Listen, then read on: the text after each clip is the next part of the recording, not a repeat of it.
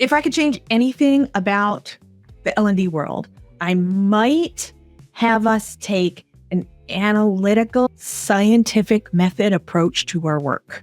We generally start with business goals, which are generally big, loose, amorphous, as they should be, and we drive them into specific hypotheses, right? I think that teaching people in this way, or teaching people this thing, or using this particular method or tool or whatever will improve performance. Then we figure out what's the null hypothesis.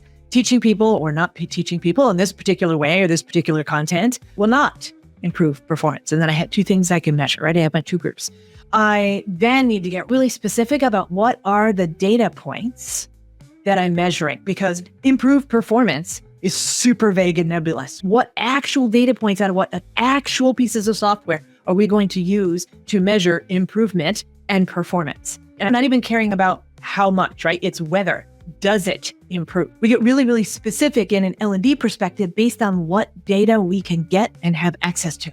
Is that data in my LMS? Is that in my learning course? Is that in my performance support? Is that work captured in a system where there's data for it and that I can grab? Or do I have to somehow measure that work performance via a survey or an observation rubric or something? Like, how am I measuring the inputs and the outputs? I then have a dependent variable and an independent variable, and I have the ability to measure across those two.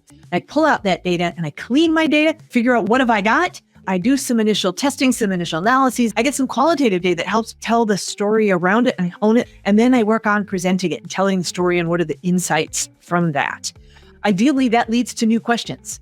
And we may answer the same question 2 or 3 times, but this kind of analysis, this ROI thing, is less, I'm going to give you a monthly report of ROI, right? That's more of an exploratory, like, did this help? I don't know. And then we find that out, and then we, yes or no, it didn't help, and then we move on to the next thing.